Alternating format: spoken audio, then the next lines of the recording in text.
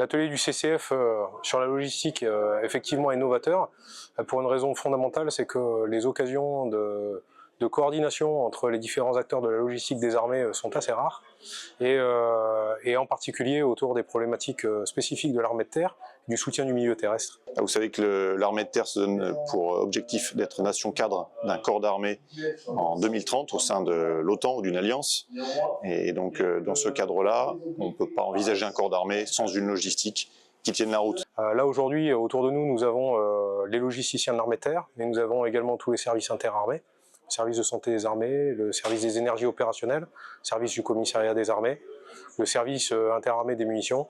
Et tous ces gens-là contribuent au soutien de la manœuvre terrestre. Le SSA est un soutien particulier car il est aussi bien présent tout à l'avant, au plus près des combattants, jusqu'à la zone arrière, puis jusqu'au territoire national. Les deux principaux défis pour le service de santé, c'est déjà la survivabilité de la chaîne de soutien santé. Le deuxième défi est celui qui concerne notre compétence métier. Il s'agit de savoir où sont nos blessés et où en est notre ressource. Pour nous, c'était impératif de réunir tous les acteurs qui ont de près ou de loin affaire au soutien, pour pouvoir fournir des recommandations qui soient de qualité, qui soient transversales et qui ne soient pas simplement des recommandations de l'armée de terre dans son précaré des opérations aéroterrestres. Et puis il y a un sujet qui ressort et qui est transverse et qui dépasse le cadre unique de la logistique, c'est le cadre de la donnée.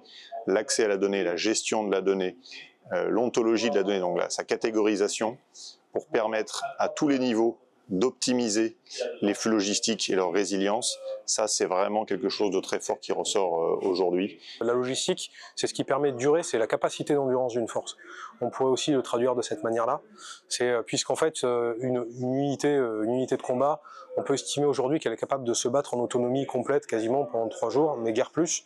Ce qui signifie qu'au bout de 3 jours, si le ravitaillement logistique, si la régénération des équipements, si l'évacuation des blessés n'a pas pu se faire, eh bien évidemment cette unité va se retrouver dans une situation de ne plus pouvoir combattre.